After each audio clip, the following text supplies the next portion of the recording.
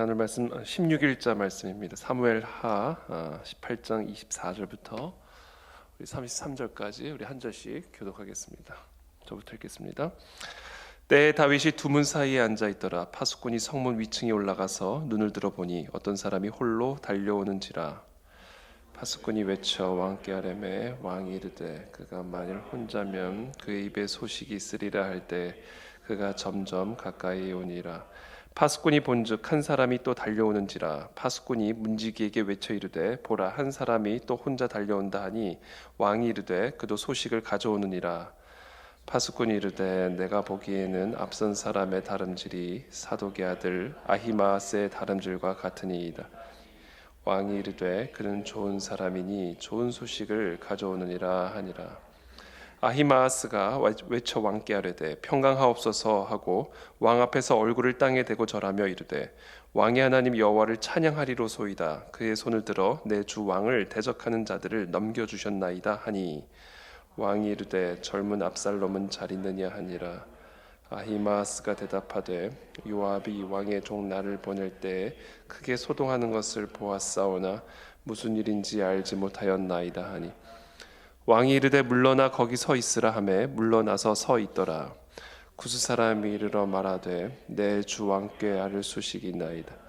여호와께서 오늘 왕을 대적하던 모든 원수를 갚으셨나이다 하니 왕이 구스 사람에게 묻되 젊은 압살롬은 잘 있느냐? 구스 사람이 대답하되 내 주 왕의 원수와 일어나서 왕을 대적하는 자들은 다 그 청년과 같이 되기를 원하나이다 하니 왕의 마음이 심히 아파 문 위층으로 올라가서 우니 그가 올라갈 때 말하기를 내 아들 압살롬아 내 아들 압살롬아 차라리 내가 너를 대신하여 죽었다면 압살롬 내 아들아 하였더라. 아멘. 네, 오늘 본문에 보다시피 두 명의 이 사람들이 소식을 가지고 이 다윗에게 달려오는 내용이 기록이 되어 있습니다. 이 아히마아스가 이제 먼저 달려오게 되죠.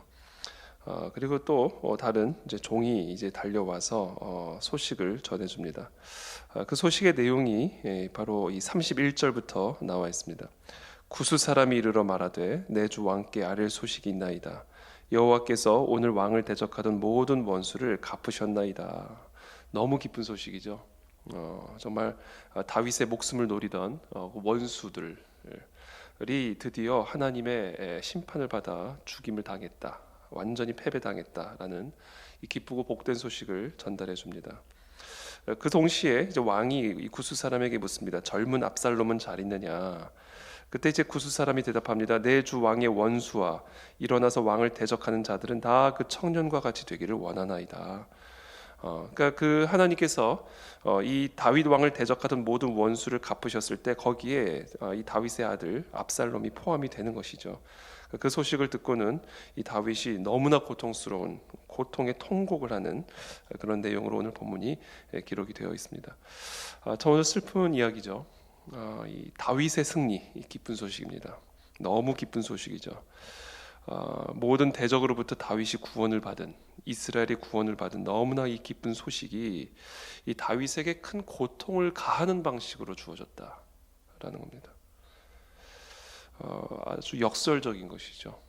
큰 기쁨을 가져다 주는 그 소식이 너무나 고통스러운 방식으로 주어졌다라는 겁니다. 고통스러운 승리고요. 슬픈 승리입니다. 슬픈 기쁨입니다. 왜냐하면 다윗의 대적은, 다윗을 공격하는 원수는 바로 다윗의 아들 압살롬이었기 때문입니다. 그래서 그 대적을 이기는 것은 곧 다윗에게 고통을 주는 것이고, 그 대적으로부터 다윗이 구원을 받는 것은 바로 그 대적이 하나님의 심판을 받아 멸망당하는 것을 의미하는 것이기 때문에 이 다윗의 구원은 곧 다윗에 대한 심판이었습니다. 다윗에 대한 심판이 곧 다윗에 대한 구원이었습니다. 여러분, 부모에게 있어서 최고의 심판, 부모에 가해질 수 있는 최고의 심판, 최고의 저주는요, 하나님을 대적하는 자녀를 두는 겁니다. 이 하나님을 대적하는 자녀, 내 자녀가 하나님을 대적하는 자녀가 될 때 그것은 그 부모에게 최고의 심판이고 최고의 저주가 되는 겁니다. 우리는 그것을 알아야 됩니다. 오늘 이 시간 점검하게 되길 바랍니다. 내 아들, 내 딸들이 하나님을 대적하는 자녀들로 성장하고 있지는 않은가? 공부시키느라, 내가 나가서 돈 버느라, 내가 놀러 다니느라 내 자녀들이 하나님을 대적하는 자녀들로 성장하고 있는 것은, 이거는 그 부모에게 최고의 저주요, 그 부모를 향한 최고의 심판입니다.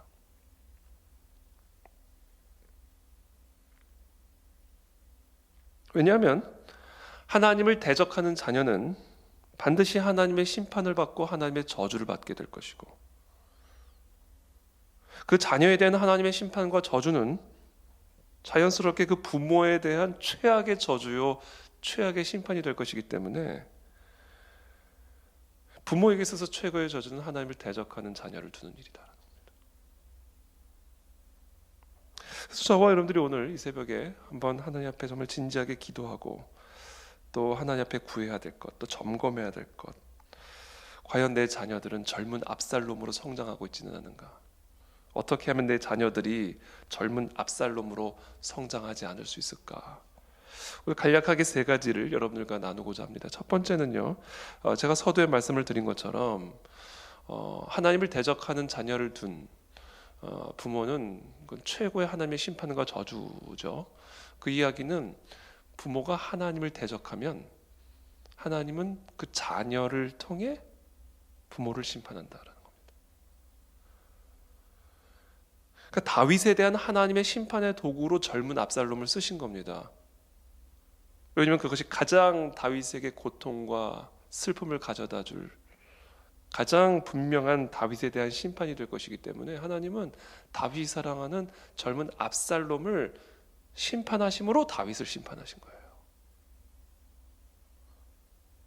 그러므로 우리의 자녀가 젊은 압살롬이 되지 않기 위해서는요, 부모가 하나님을 대적하면 안 됩니다. 내가 하나님을 대적하면 안 됩니다. 그러면 내 자녀가 하나님을 대적하는 자가 되어 하나님이 내 자녀를 심판하심으로 나를 심판하신다.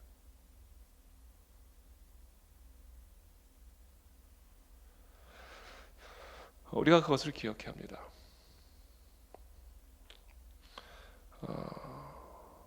두 번째, 우리가 이 젊은 압살롬을 우리의 자녀로 두지 않기 위해서 우리가 반드시 기억해야 할 사실이 있는데, 그것은 바로 부모에게 순종하도록 양육하셔야 됩니다. 부모의 권위에 순종하지 않은 자녀가 하나님의 권위에 순종할 수가 없습니다. 부모의 권위에 순종하는 것을 배우지 못한 자녀가 학교 가서 선생님의 권위에 순종할 리가 없습니다. 부모에게 순종하도록 양육받지 않은 아이들이 나가서 회사 보스에게 그 보스의 권위에 순종할 리가 없습니다. 그러니까 인생 꼬이는 겁니다. 뭐 어디를 가도 권위인데, 어디를 가도 권위 아래 있는데, 그렇죠? 어디를 가도 권위와 함께 살아야 되고 권위 아래 살아야 돼. 물고기가 물속에서 살듯이요, 하나님은 이 세상에 사는 모든 인간들이 권위 안에서 살아가도록 창조하셨습니다. 모든 권위는 하나님으로부터 나오는 것인데, 그 하나님을 공경하는 법을 배우지 못한다면 우리가 누구의 권위를 순종하겠습니까? 근데 그 하나님의 권위를 우리가 순종하도록 양육하도록 하나님이 우리에게 세워주신 분이 바로 부모다라는 겁니다. 부모. 그래서 에베소서 6장 1절부터 보면 이런 말씀이 있습니다. 에베소서 6장 1절에 보면, 자녀들에게 하시는 말씀이, 주 안에서 너희 부모에게 순종하라, 이것이 옳으니라. 부모에게 순종하라, 자녀들에게 명령하는 것이죠. 네 아버지와 어머니를 공경하라, 이것은 약속 있는 첫 계명이니 이로써 네가 잘되고 땅에서 장수하리라. 잘 되는 거예요. 권위에 순종하는 사람으로 우리 자녀들을 양육시켜야 우리 자녀들이 잘 됩니다. 그리고 장수합니다. 축복받는다는 얘기예요. 그거를 우리 부모가 가르쳐 줘야 돼요. 지금 자녀들에게 명령하는 것이지만 이거 사실 부모에게 명령하는 겁니다. 부모에게 순종할 수 있는 자녀로 양육시켜라 이겁니다. 우리가 이것을 점검해야 됩니다. 엘리 제사장에 대한 심판은 바로 엘리의 두 아들 홈니와 비느하스에 대한 하나님의 심판으로 주어졌습니다. 사무엘상 2장 24절 보면 사무엘상 2장 잠시만요. 요새 노안이 와가지고 글씨가 잘 안 보여요. 큰일 났습니다. 네? 내 아들들아 그리하지 말라. 내게 들리는 소문이 좋지 아니하니라. 너희가 여호와의 백성으로 범죄하게 하는도다. 그러나 그들이 자기 아버지의 말을 듣지 아니하였으니 이는 여호와께서 그들을 죽이기로 뜻하셨음이더라. 아버지의 말을 듣지를 않아요. 이 홈리와 비나스가 엘리가 그렇게 키웠기 때문입니다. 엘리가 그렇게 양육시켰어요. 부모에게 순종하는 법을 가르치지 않았습니다. 우리가 이것을 어디서 발견할 수 있느냐? 하나님이 이 엘리를 책망하시는 말씀을 통해서 확인합니다. 사무엘상 2장 29절에 너희는 어찌하여 내가 내 처소에서 명령한 내 재물과 예물을 밟으며 네 아들들을 나보다 더 중히 여겨 내 백성 이스라엘이 드리는 가장 좋은 곳으로 너희들을 살찌게 하느냐? 이게 뭐예요? 네 아들들을 나보다 더 중히 여겼다라는 거예요. 이게 여러분 부모가 하나님을 대적하는 방식 중에 하나입니다. 부모가 하나님을 대적하는 방식 중에 하나가 뭐냐면 내 아들들을, 내 딸들을 하나님보다 더 중히 여기는 거예요. 그래서 우리의 자녀들이 더 이상 부모를 공경하지 않게 되는 겁니다. 부모를 공경하지 않음으로 말미암아 하나님을 공경하지 않아 하나님을 대적하여 결국 하나님의 심판과 저주를 받게 되는 것. 이것이 성경의 가르침입니다. 그래서 오늘 우리가 점검해야 돼요. 나는 내 아들을, 내 딸들을 하나님보다 더 중히 여기고 있지는 않은가. 자, 그렇다면 마지막으로 세 번째, 어떻게 하면 우리의 자녀들이 하나님을 공경하고 부모를 공경하는, 권위에 순종하는, 권위를 두려워하는 그런 자녀들로 우리가 양육을 할 수가 있을까? 주 안에서 순종케 하라 이렇게 얘기하시죠. 자녀들아, 주 안에서 너희 부모에게 순종하라. 그러니까 주 안에서 부모에게 순종하도록 양육을 시켜줘야 됩니다. 그래서 사도 바울이 에베소서에서 이어서 이렇게 말합니다. 또 아비들아, 너희 자녀를 노엽게 하지 말고 오직 주의 교훈과 훈계로 양육하라. 아비들아, 너희 자녀를 노엽게 하지 말고 오직 주의 교훈과 훈계로 양육하라. 일단 노엽게 하지 말라 하는 거예요. 노엽게 하지 마라. 노엽게 하지 말라는 얘기는 무슨 얘기냐면 화나게 하지 말라는 겁니다. 자녀들을 화나게 하지 말라는 거예요. 자, 그러면 어떻게 하면 화나게 하지 않을 수 있을까? 왜 자녀들이 화가 날까? 우리가 화를 내니까 화가 나는 거예요. 부모들이 자녀들에게 화를 내니까 화나는 겁니다. 그러니까 노엽게 하지 말고 뭐를 하라? 주의 교훈과 훈계로 양육을 해라. 그러니까 화를 내지 말고 양육을 해라 이거예요. 여러분, 엄한 것과 화를 내는 건 다릅니다. 이건 완전히 다른 거예요. 엄한 거는요, 양육이 이루어집니다. 이거는 상대방, 내 자녀 중심적인 거예요. 내 자녀를 위해서 하는 겁니다. 내 자녀가 주의 교훈과 훈계로 살아가 하나님을 경외하고 부모에게 공경하고 이 땅에 하나님의 권위로 말미암아 세워진 모든 권위 앞에 순종할 수 있도록 교정하도록, 그래서 잘 되도록, 장수하도록, 하나님의 복을 받도록 고쳐주기 위한 거. 이게 엄한 겁니다. 왜? 하나님의 교훈과 훈계니까. 이거는 근데 화내는 거는요, 내 자녀 중심이 아니야. 나 중심이에요.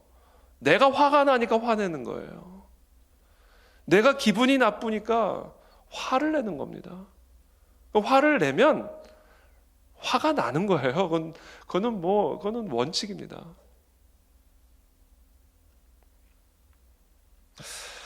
그래서 오늘 우리는 이 세 가지를 꼭 점검해야 됩니다. 우리가 하나님을 대적할 때 그것에 대한 나에 대한 심판으로 내 자녀를 저주하시고, 하나님이 내 자녀를 저주하실 때 이게 젊은 압살롬이 되어서 하나님을 대적하는 자녀가 된다. 두 번째, 부모에게 순종하도록 양육시키지 않을 때 우리 자녀들이 젊은 압살롬이 된다. 그럼 우리가 왜 부모에게 순종하도록 양육하지 않을까? 내가 하나님보다 내 자녀들을 더 사랑하기 때문에. 그때 우리는 부모에게 순종하도록 양육시키지 않는. 그냥 오냐 그냥 오냐죠. 그죠? 그러면 어떻게 하면 우리가 부모에게 순종하도록 양육할 수 있고 하나님을 경외하고 두려워할 수 있는 그런 자녀들로 성장시킬 수 있을까? 어떻게 하면 내가 하나님을 내 아들 딸들보다 더 귀하게 사랑할 수 있을까? 그건 주의 교훈과 훈계로 내 자녀들을 양육하라는 겁니다. 화내지 말고 엄하게 하나님의 교훈과 훈계로, 이것이 그들의 생명이요 이것이 그들의 축복이라는 사실을 부모가 정확하게 알고 엄하게 엄중하게 주의 교훈과 훈계로 그들을 위해 양육하라라는 겁니다. 그래서 결국 오늘 결론적으로 제가 지난 주일에 우리 특별히 목양선교위원회 우리 임직 예배를 드리면서 이제 좋은 목자, 교회를 보살피는 좋은 목자에 대한 말씀을 나눴는데, 이것은 단순히 우리 교회 직분자들에게만 해당되는 말씀이 아닌 우리 모든 부모들에게도 동일하게 적용이 되는 말씀입니다. 목자의 마음을 가지시기를 축복합니다. 목자의 마음, 하나님의 복으로 인도하는 우리의 자녀들, 양떼들을 하나님의 축복된 삶으로 인도하는 그런 목자의 마음을 가지고 우리 자녀들을 주의 교훈과 훈계로 하나님의 말씀을 가르쳐서 그 말씀대로 살아가도록 권면하고, 그것을 거슬러 말할 땐 책망하고, 그렇게 함으로써 하나님을 두려워하고 말씀을 두려워할 수 있는 자녀들로 양육하는 이 목자의 마음으로 우리의 자녀들을 양육해요. 두 번째, 무기 기도입니다. 기도. 우리 부모가 우리의 자녀들을 위해서 기도하면요, 우리 자녀들은 다 돌아오고 다 회복되고 다 변화됩니다. 부모의 기도, 그렇죠? 모든 문제를 기도로 해결하시기를 바랍니다. 우리 자녀들의 문제 학교로 해결되는 것 아니고요, 선생님으로 해결되는 것 아니고 좋은 친구들로 해결되는 거 아닙니다. 우리 자녀들의 문제는 오직 부모의 기도, 모든 문제를 기도로 돌파하는 힘을 갖는 것, 이거 목자의 무기입니다. 세 번째, 먼저 부모가 양육자가 되고 목자의 마음을 품으려면 항상 은혜 충만해야 됩니다. 부모가 항상 은혜 충만해야 화내지 않아요. 부모가 은혜 충만하지 않으니까 화를 내는 겁니다.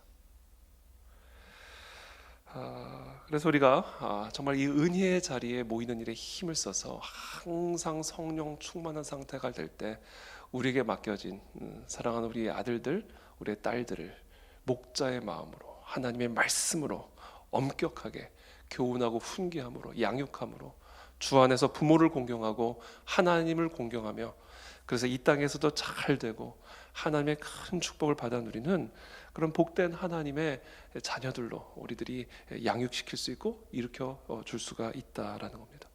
그래서 오늘 이 자리에 모인 사랑 우리 모든 부모로서의 부름을 받은 우리 모든 목자들이 이 목자의 마음과 이 목자의 무기와 또 이 목자의 은혜 충만한 마음으로 사랑 우리 자녀들을 하나님의 귀한 그런 하나님의 백성들로 양육하고 일으키는 일에, 다음 세대들을 일으키는 일에 쓰임받는 귀한 직분 사명 감당하시기를 예수님의 이름으로 축복합니다.